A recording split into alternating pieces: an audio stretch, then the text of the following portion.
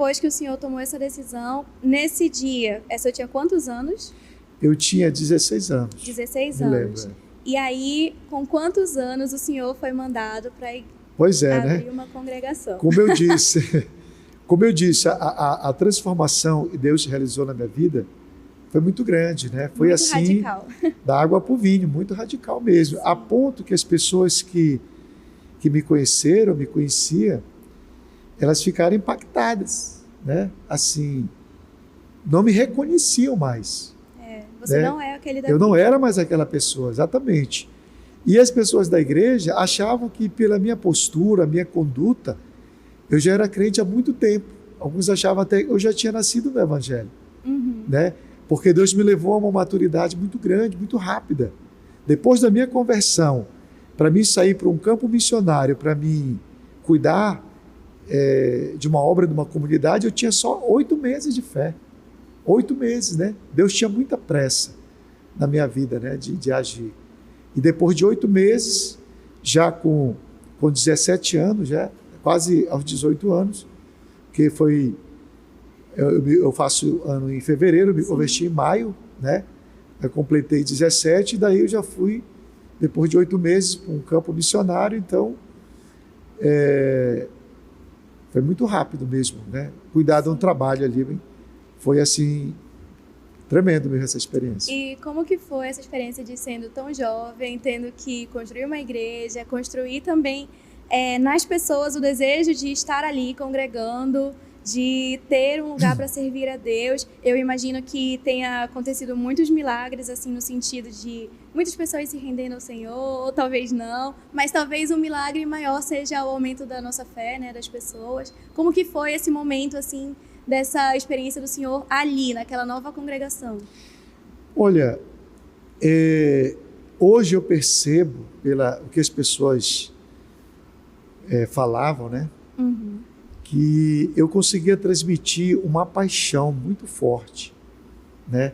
Na minha própria vida, como um jovem ainda, né? Muito novo.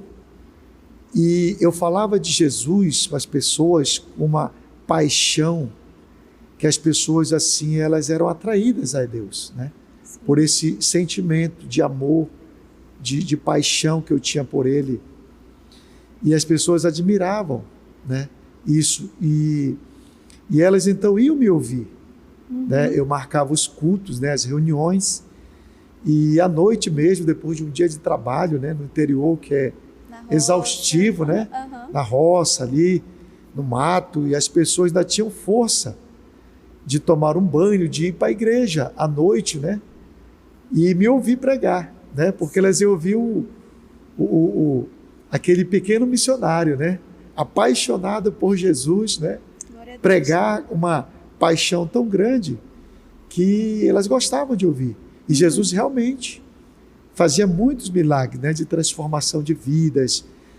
Deus falava com muitas pessoas, né? E mesmo sofrendo já alguns ataques, né, ali naquele lugar, mas Deus me guardou, me protegeu naquele lugar e preparou uma pessoa depois para me substituir, né? Mas aconteceram muitas coisas lindas ali, maravilhosas, assim, que a gente se emociona até de contar, né? Que Deus fez na vida das pessoas e de outros jovens ali, das crianças também, né? Então eu já tinha assim eu creio que um chamado, né? Um missionário para o ministério nessa época aí. Sim, eu creio também. E quanto tempo que o senhor ficou nessa missão? Olha, lá eu fiquei 3 meses, né? 3 meses. Mas foi assim 3 meses intensos, né? De evangelismo, de oração. E uma coisa que eu quero frisar também, que eu acho que é importante, né?